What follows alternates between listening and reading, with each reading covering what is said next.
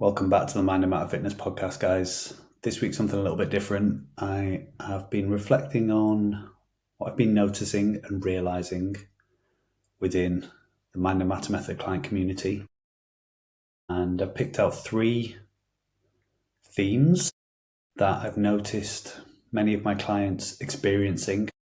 So I'm just going to reflect on some of those and weave in my own experience of some of these things as well, so that you can avoid common pitfalls, common traps, and really work on improving the quality of your health, the quality of your life in the most efficient and effective way possible.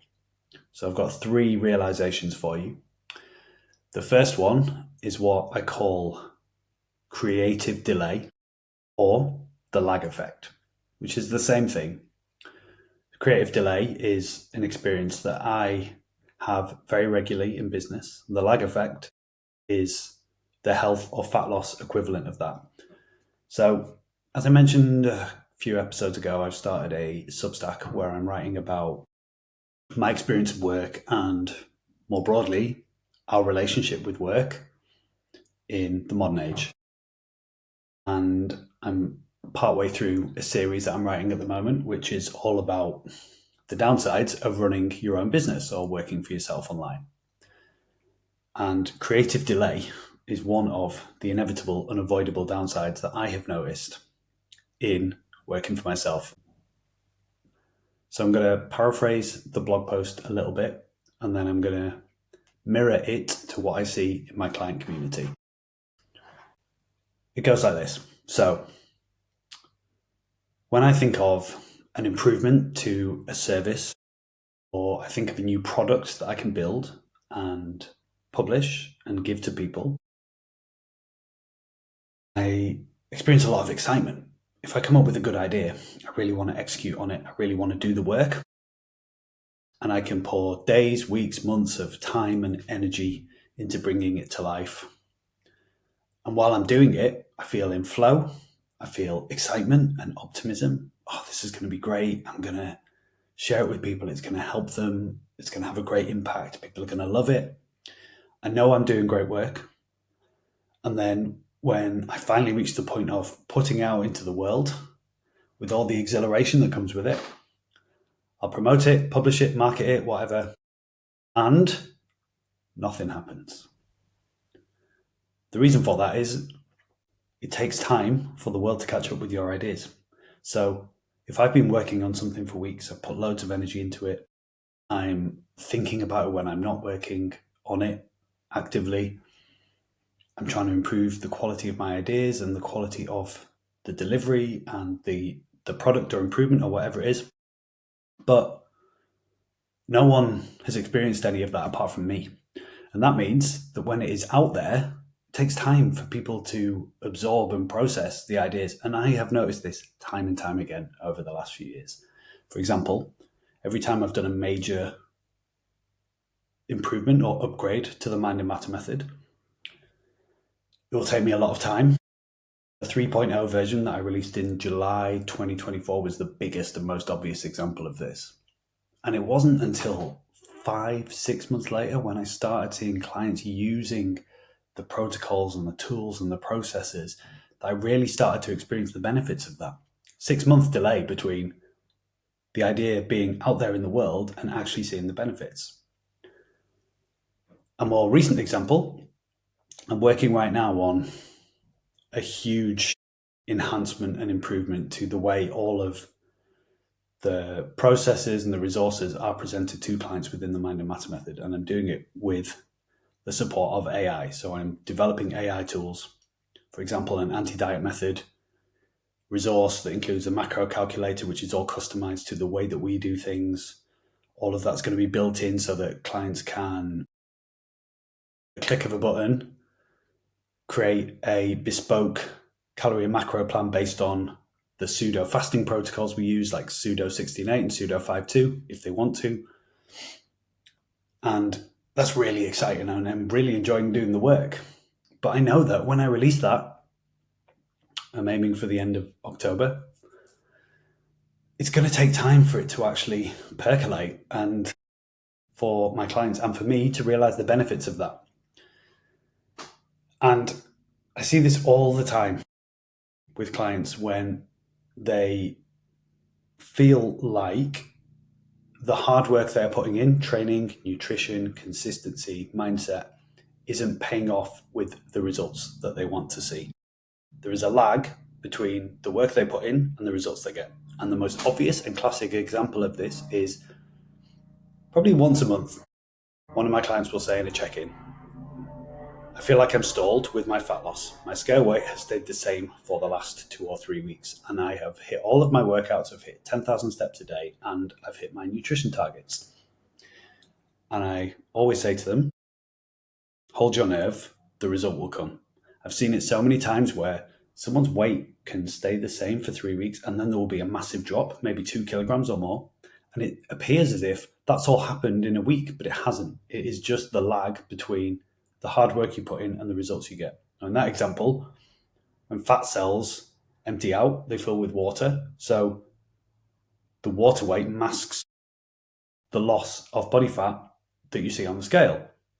And then when the water drops out, you see a big drop in scale weight.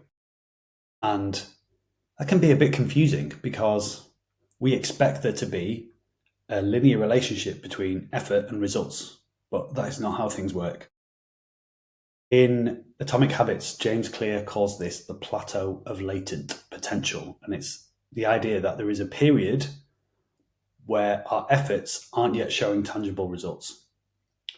And that can be a psychological minefield because it's that gap that is most likely to lead to doubt, uncertainty, stress, anxiety, and ultimately you drifting away from doing the things that you know are going to deliver results because you are not seeing immediate positive feedback.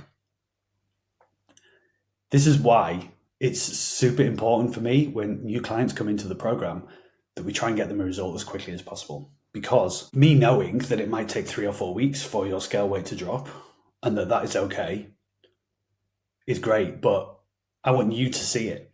And the only way to see it is to experience it. But in that gap, we need to build emotional investment. And that's why I try to make sure that we see a quick, immediate result as soon as possible so that it reinforces your motivation and it reinforces that feedback loop. And it makes those future times where maybe you feel like you're pushing hard and you're not seeing the results and then they suddenly come much easier. Over time, it just gets easier. I know there's guys in the community who have seen these spikes in scale weight and at first they were stressing them out. Paul jumps out as an example. The first time it happened, he was stressed out and he was open about that in the community, showed his vulnerability, more on that a little bit later, and was openly pissed off about it. And then the second and third time it's happened, he's just been way calmer and he's just been like, it's okay, I know this is part of the process. And lo and behold, I think he's at his lowest weight he has been for more than 12 months now as a result of holding his nerve, trusting the process. But that trust in the process only comes when you've gone through the experience. And even then, I know this in business. I know that it takes time for my hard work to manifest in positive results, such as client feedback or client retention or more sales or whatever it might be. But even though I know it, every time it happens, I still go through that same experience of the doubt, the uncertainty. And for me, in business, that manifests as, was that actually good work? What if it was shit? What if it solves a problem that no one has? What if nobody cares? What if you're working on the wrong things? And that's not, to this point, been the case, but there's always a chance. And even if I know this to be true, it doesn't take all of the doubt away. In fact, my desktop background is a Naval Ravikant quote that says, impatience with actions, patience with results. The idea being that you work out what the decisive actions, behaviors, and thought processes are that you need to adopt to achieve what you want to. You execute them ruthlessly, but you don't expect the positive feedback to happen straight away. And you keep working, you keep focusing, You keep asking yourself, am I prioritizing the right things? Am I building the foundational habits and actions that are going to allow me to be successful? And as long as the answer to that is yes, the results will come. And that's obviously also true when it comes to your physique, your health, your fitness, and the goals that you might have around that. So to wrap that up as a realization, there is often a big time delay between the hard work and the effort that you put into achieving something and the result of that hard work. And in that gap, doubt, uncertainty, and demotivation are most likely to occur.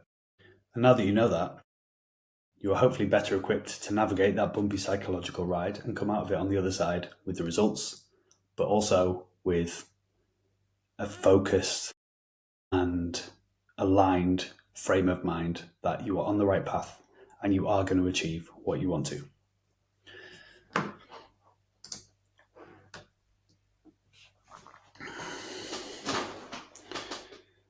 Observation number 2 is that increasingly, I feel like we are outsourcing our instincts and no longer trusting how we feel because we become more and more reliant on data. And I see this in a few different ways. So scale weight is an obvious one. Sleep data is another, and also estimations, because they are always only estimations of body fat and muscle mass. Let me tell you what I mean. So I've got clients who use a bod pod or something like that to estimate their muscle mass and body fat percentages. And often those readings can show surprising data, such as an increase in body fat and a decrease in muscle mass, when both I and the client feel like we are doing the right things to actually lead to a reversal of that. So a decrease in body fat percentage and an increase in muscle mass. And I'll always explain to clients in this situation that those scales have got a high degree of variance when it comes to their accuracy with body fat, muscle mass, and everything else. But I will always ask them as well, do you feel like this is the case? Do you feel like you're gaining body fat and losing muscle?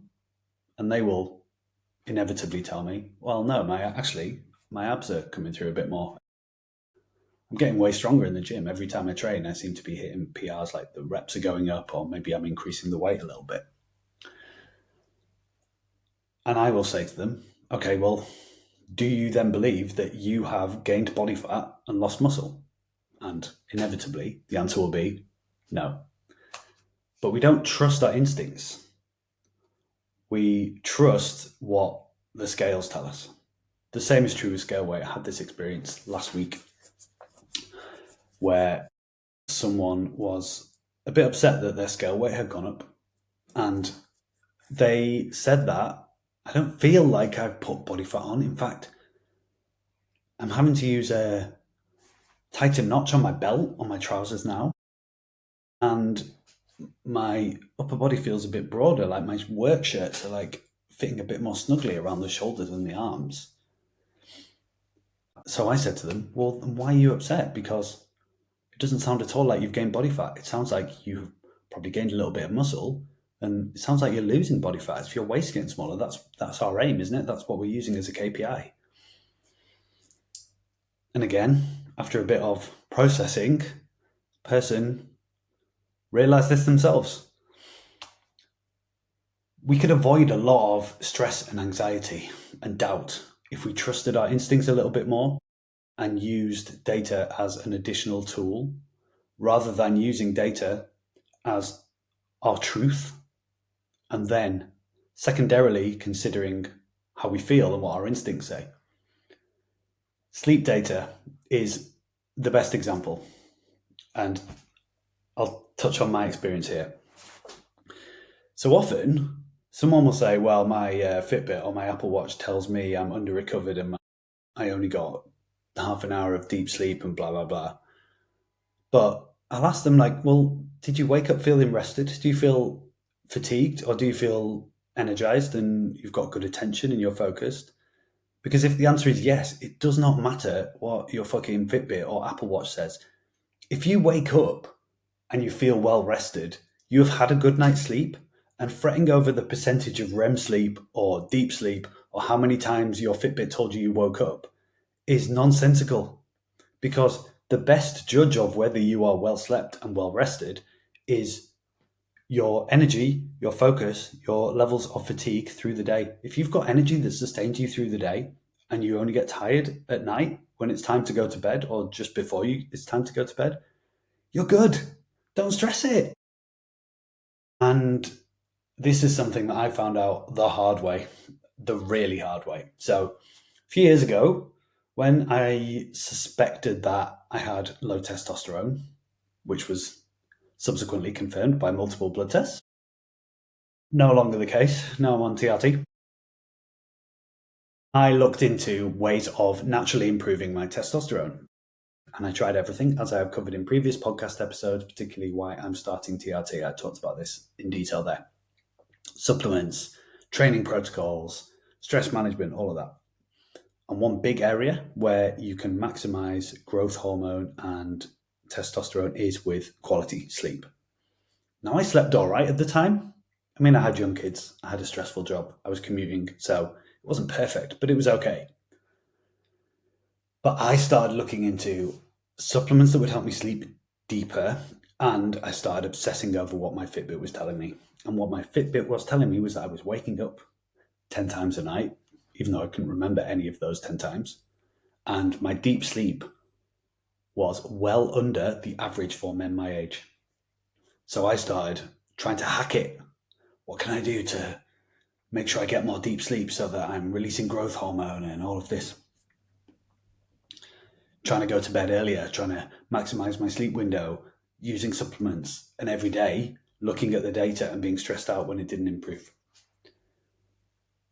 And it wasn't just that I was unnecessarily fretting about something that ultimately is largely outside of our control, because the more you try to sleep really well, the less likely it is to happen, obviously.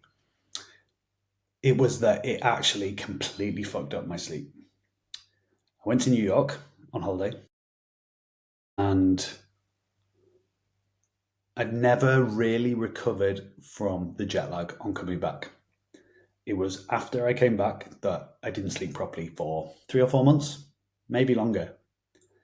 I couldn't get to sleep.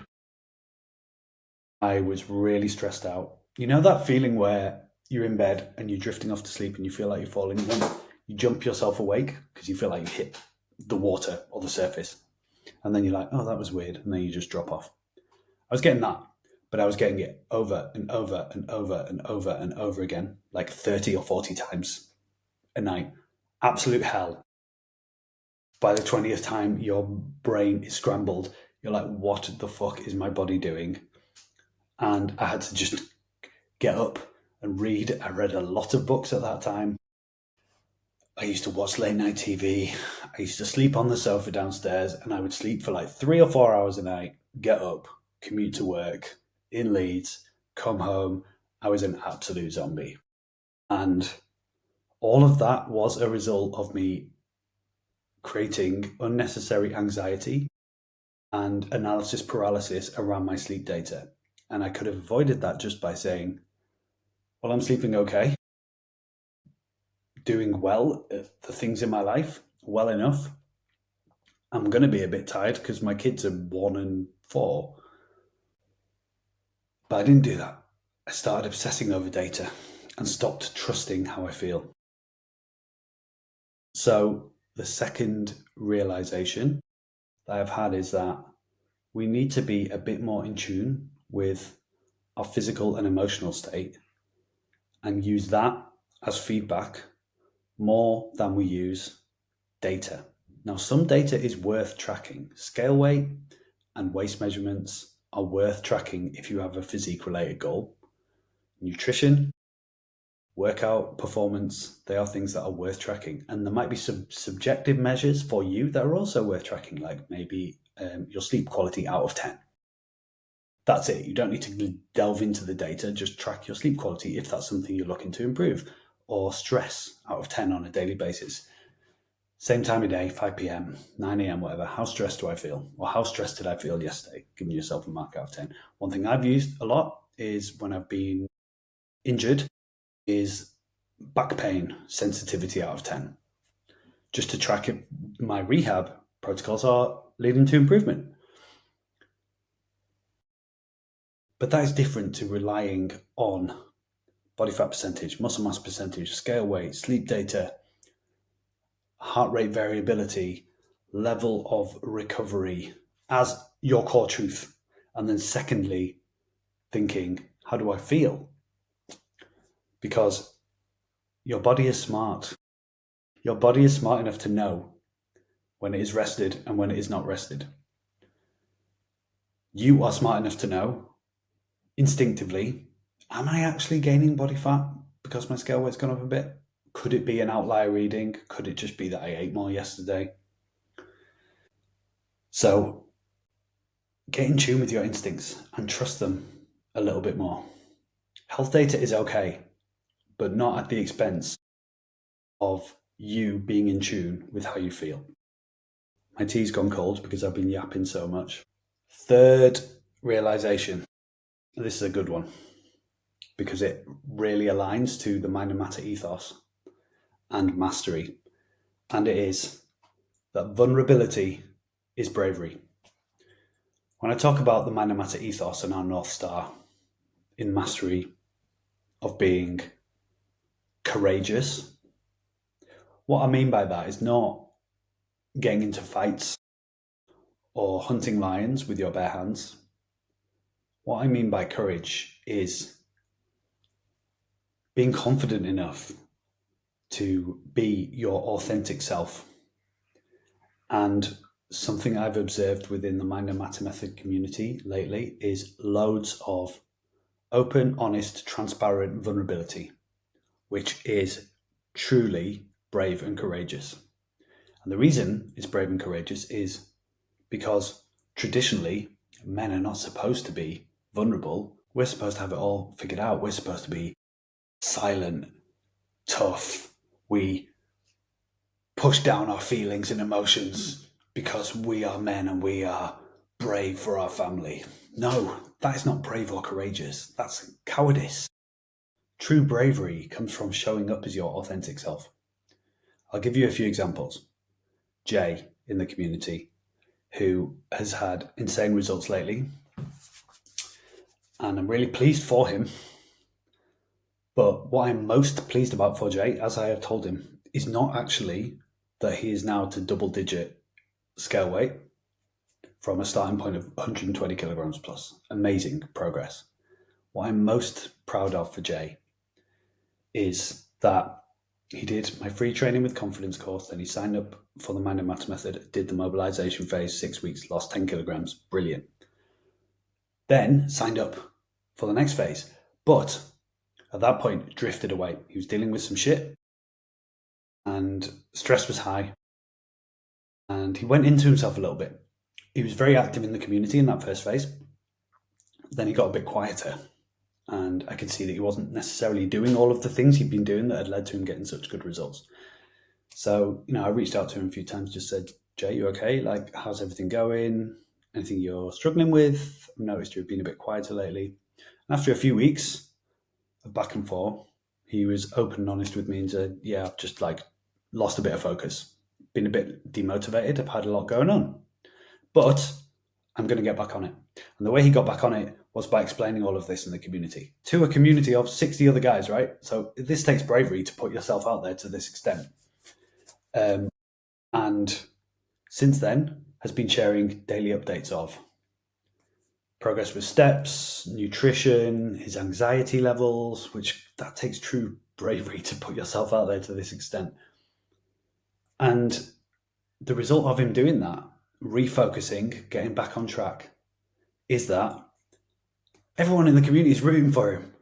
Everyone's like, come on, Jay, you can hit this goal that you've got. They're supporting him. And obviously that gives him another 20% of motivation, a bit more of a boost, a bit more encouragement. And he went on and smashed his goal.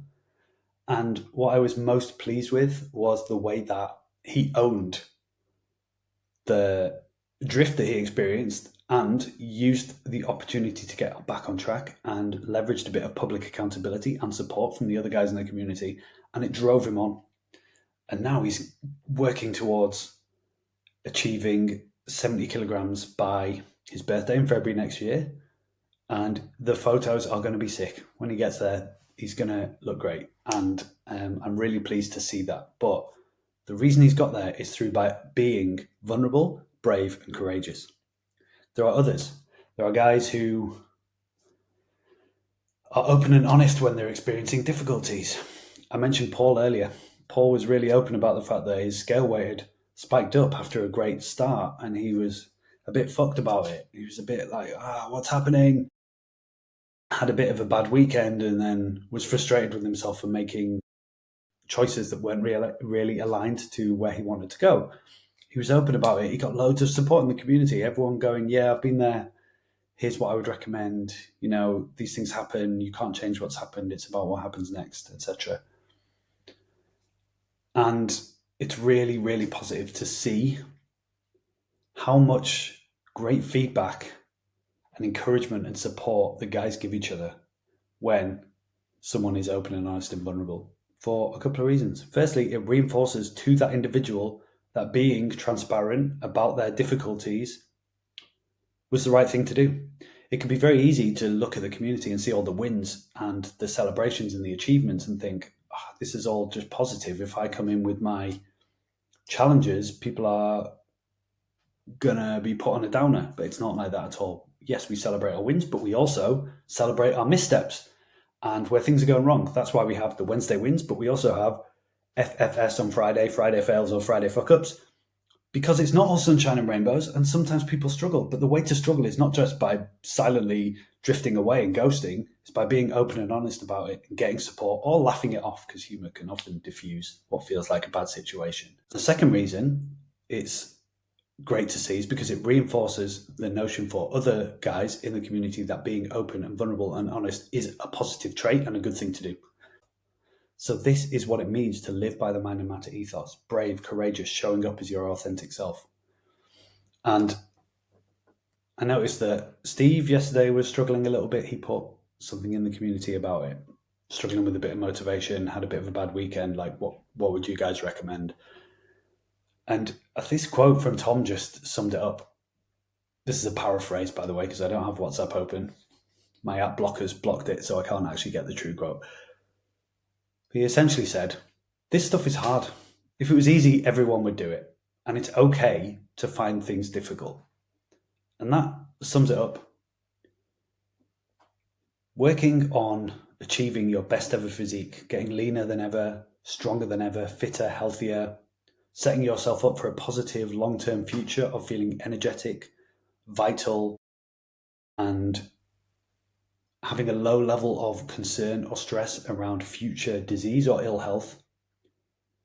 That shit is difficult, man. That's why most people don't do it. That's why most people don't stick to it. That's why people go through phases of being super motivated for a month, achieving a bit of weight loss, and then just drifting away from it and never achieving what they want to. The fact that you are here, pushing hard, listening to this podcast, shows the strength of character, the bravery, the courage that you have, and the fact that you are serious about achieving what you want to. Not only for you, but for everybody else in your life as well. And that is true bravery and courage. I am going to leave it there for now. I hope this has been helpful. As always, any feedback or any other topics you would like me to cover, you know where to find me. All the contact links are in the show notes. But as always, I want to know what you think. If you have enjoyed this, please consider sharing it with somebody you think would benefit, because there's a lot of bullshit out there in the fitness industry.